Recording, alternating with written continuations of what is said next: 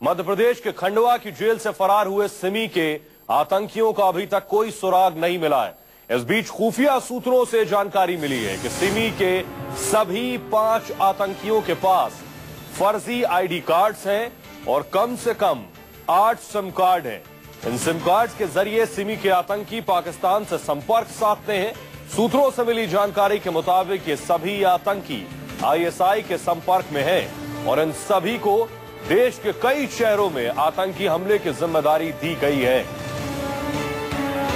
ये 5 आतंकी मध्य प्रदेश के खंडवा जेल से फरार हुए थे और खुफिया एजेंसी को यह जानकारी मिल रही है कि इन 5 के पास सिम कार्ड्स हैं, आईडी कार्ड्स हैं और इन सिम कार्ड्स के जरिए ये आतंकी लगातार आईएसआई के संपर्क में हैं। आईबी के अलर्ट के बाद सुरक्षा एजेंसियां पहले से सतर्क हैं, लेकिन जानकारी ये मिल रही है कि 5 बड़े राज्यों को ये 5 आतंकी निशाना बना सकते हैं। इनके आईडी कार्ड फर्जी है और इनके पास जो सिम कार्ड है उसके जरिए से सुरक्षा एजेंसियां और खुफिया एजेंसियां इन्हें ट्रेस करने की लगातार कोशिश कर रही हैं। लेकिन जो जानकारी मिल रही है उसके मुताबिक कि 5 बड़े राज्यों को ये आतंकी निशाना बना सकते हैं। लगातार आईएसआई के संपर्क में है। आईएसआई ने दी है इन्हें हमले की जिम्मेदारी। ये 5 तस्वीरें हम आपकी टेलीविजन स्क्रीन पर आपको दिखा रहे हैं। ये वो 5 चेहरे जो खंडवा की जेल से फरार हुए थे। ये वो 5 चेहरे जो सिमी के आतंकी हैं। ये वो 5 शक्लें हैं जो लगातार आईएसआई के संपर्क में हैं और इन 5 को 5 शहरों में आतंकी हमले की जिम्मेदारी दी गई है। इन 5 के पास फर्जी आईडी कार्ड है, सिम कार्ड्स हैं जिनके जरिए ये आईएसआई के संपर्क में है। आईएसआई से एक बात की जानकारी ये ले रहे हैं। आगे की स्ट्रैटेजी, आगे की रणनीति क्या होगी, इस बात की जानकारी इन्हें आईएसआई से मिल रही है। खुफिया एजेंसियों को यह जानकारी मिली है मध्य प्रदेश के खंडवा से ये 5 आतंकी भागे थे। तो खंडवा की जेल से फरार ये आतंकी बहुत खूंखार है। जिस अंदाज में ये आतंकी फरार हुए वो उनके इरादों के बारे में काफी कुछ बताता है। आप भी देखिए कि कैसे कड़ी सुरक्षा को तोड़कर ये आतंकी फरार हुए थे। तारीख 1 अक्टूबर 2013, जगह खंडवा जेल, मध्य प्रदेश। रात के अंधेरे में खंडवा जेल की 14 फीट ऊंची दीवार को फांदकर 7 खतरनाक आतंकी बाहर निकले थे। जेल से बाहर भागने वाले आतंकियों में शामिल थे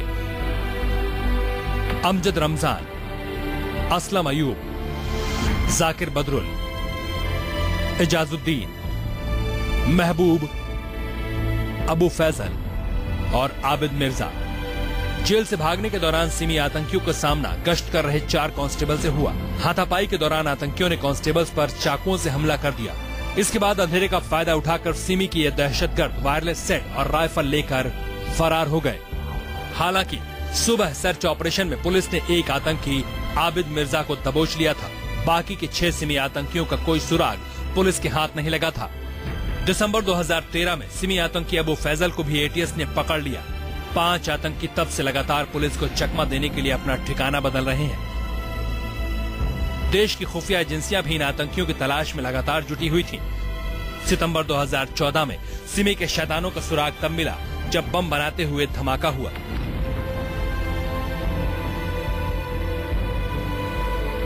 उत्तर प्रदेश के बिजनौर जिले के मोहल्ला जाटान के एक घर में जोरदार धमाका हुआ।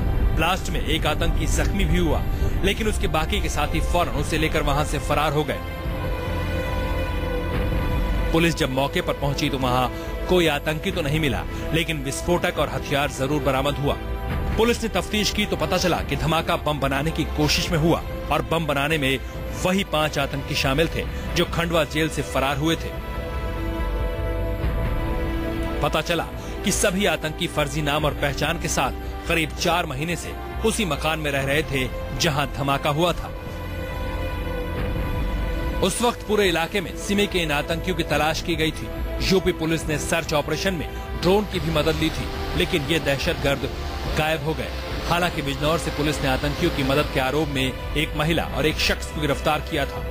अब करीब 4 महीने बाद एक बार फिर से इन आतंकियों की लोकेशन खुफिया एजेंसियों ने ट्रेस की है। लिहाजा इस बात का खतरा बढ़ गया है कि सिमी की ये शैतान इस बार किसी बड़े शहर में धमाके को अंजाम दे सकते हैं।